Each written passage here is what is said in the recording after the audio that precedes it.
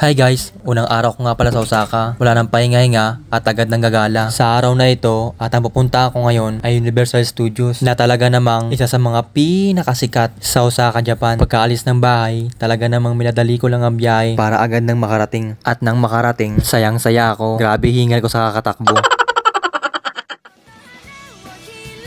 Sobrang satisfying guys na makarating dito sa Universal Studios.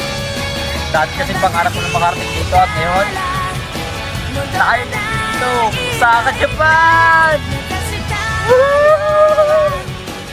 At dito guys, makikita nyo yung napakalaki. Sobrang laki ng mundo ng Universal Studios. Meron ditong iba't ibang mundo na umiikot at iba't ibang rides. At dito, kakaiba ang aking mapapanood. Kung merong 3D, dito naman ay 4D. Sobrang sulit, para ka talagang totoong kasali sa palabas. Ang title nga ng palabas na ito ay UA High School, kung saan maglalaban-laban ng mga estudyante gamit ang mga musical instrument. Napaka-astig sa bawat actions na moves nila, pati yung mga upuan, gumagalaw-galaw. Ramdam mo talaga at para kang nasa loob ng space. Grabe at napakaganda talaga ng sobra. Naka 4D ba naman?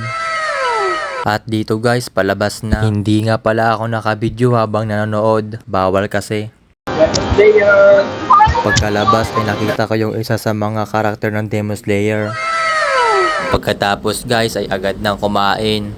Nakaramdam na kasi ng gutom. Dito guys, may napansin akong kakaibang pagkain.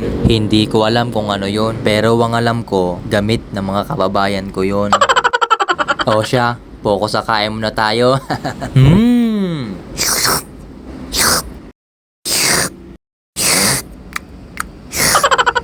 Pagkatapos guys, agad na nagpa-picture sa Mel's Drive-In. Mga iba't ibang magagandang sasakyan. Oh, pak, di ba?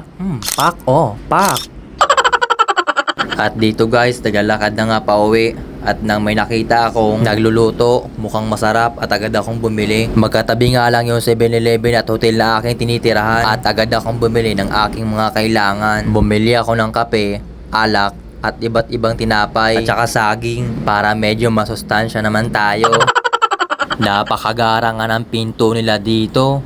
Kusang bumubukas kapag palapit ka na. Pagkarating ng bahay, eating galing again na naman.